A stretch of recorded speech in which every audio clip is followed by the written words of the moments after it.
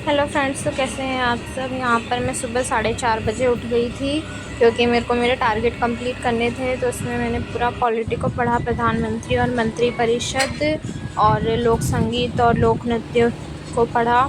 और क्योंकि आज मेरा एक टेस्ट था, मैंने एक ऑफ़लाइन टेस्ट सीरीज़ ज्वाइन कर रखी है, तो उसका ये शेड्यूल था। तो मैं इसको कंप्लीट करके और लर्न करके फिर टेस्ट देने चली गई थी।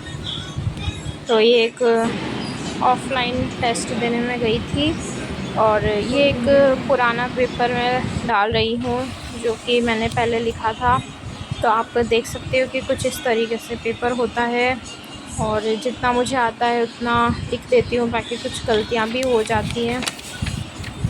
तो ये एक पुराना पेपर है, इसमें ये क्वेश्चन है केशवानंद भारती मामला क्या है और 42वें संविधान संशोधन की प्रमुख विशेषताएं क्या है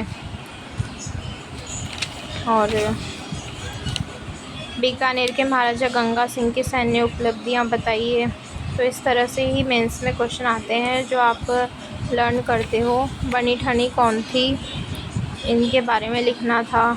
तो जो चीज़ें हमें आ जाती है वो ठीक है, बाकी फिर सर बता देते हैं कि ये चीज़ एक्स्ट्रा है। जैसे और भी जो कैंडिडेट लिखते हैं तो उनकी कॉपी से आप मैच करके देख सकते हो। भारत के संविधान की प्रमुख विशेषताएं पूछी थी, तो इसमें मैंने भारत शासन अधिनियम 1935 लिखा, फिर उसके अलावा सारे देशों से क्या क्या लिया गया है वो सब लिखा था। और ये है संविधान के संशोधन की प्रक्रिया क्या है और इम्पॉर्टेंट संविधान संशोधन बताने थे, तो ये मैंने लिखा था। इसके बाद है राव कल्याणमल के पुत्र पृथ्वीराज राठौड़ और राय सिंह का के बारे में बताना था, तो ये मैंने लिखा है इसमें। और कुछ चीज़ें और जो ऐड करनी थी वो मैंने इसमें रेड पेन से लिख रखी है। और एक क्वेश्चन और है फ्रेंड्स, अनूप सिंह के बारे में। ये अनूप सिंह कला, साहित्य और स्थापत्य कला के बारे में है।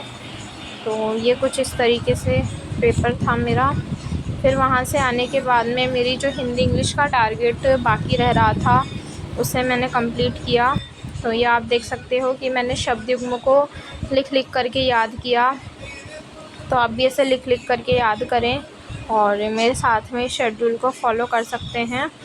अभी मैं हिंदी कंप्लीट होने वाली है मैं लगभग शब्द युग्म, उसके बाद में मैं इंग्लिश के 1 वर्ड्स को भी आज कंप्लीट कर लूँगी और फिर कल से नया शेड्यूल फॉलो करेंगे। और साथ ही मेरा अब एक और पेपर पास हो गया है, तो मेंस तो देना ही है, तो उसकी भी तैयारी करेंगे।